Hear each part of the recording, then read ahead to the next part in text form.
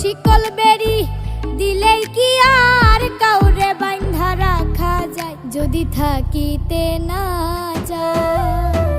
কি লাভ হইল শিকল